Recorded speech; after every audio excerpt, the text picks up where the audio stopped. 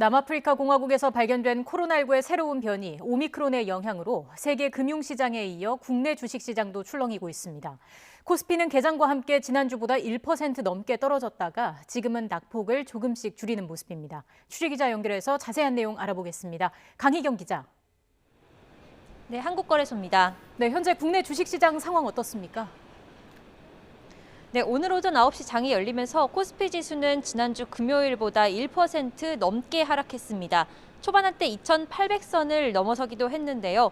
현재 시각 기준 코스피 지수는 2,910에서 20선을 오가는 등 낙폭을 어느 정도는 만회한 모습입니다.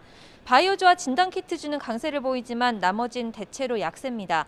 특히 대한항공과 아시아나항공 같은 항공주와 하나투어 등 여행주를 중심으로 2에서 3% 떨어지는 등 하락폭이 큽니다.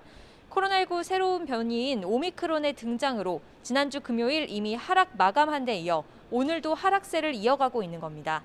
앞서 현지 시각 지난 26일 기준 뉴욕 증시도 큰 타격을 받았습니다. 세계보건기구가 오미크론을 우려 변이로 지정하면서 뉴욕 증시는 올해 들어 최대폭으로 떨어졌고 프랑스와 독일 등 유럽 주요국 증시도 4% 넘게 급락했습니다.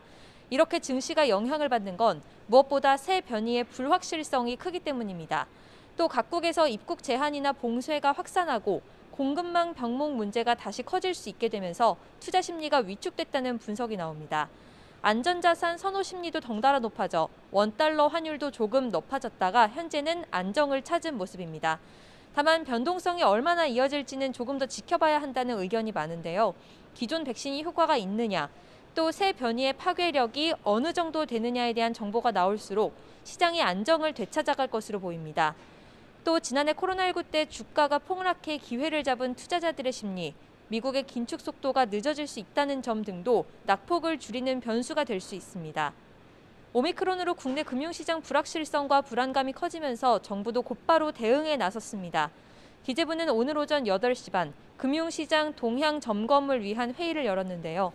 오미크론 변이가 경제 금융시장에 미칠 영향을 면밀히 점검하면서 24시간 모니터링 체제를 가동하고 필요한 경우 선제적이고 적극적으로 대응하겠다고 밝혔습니다. 다만 과거 재확산기에 나타난 시장 복원력과 충격 완충 능력이 높아진 점을 고려해 종합적이고 차분한 대응이 중요하다고도 강조했습니다. 지금까지 한국거래소에서 YTN 강희경입니다.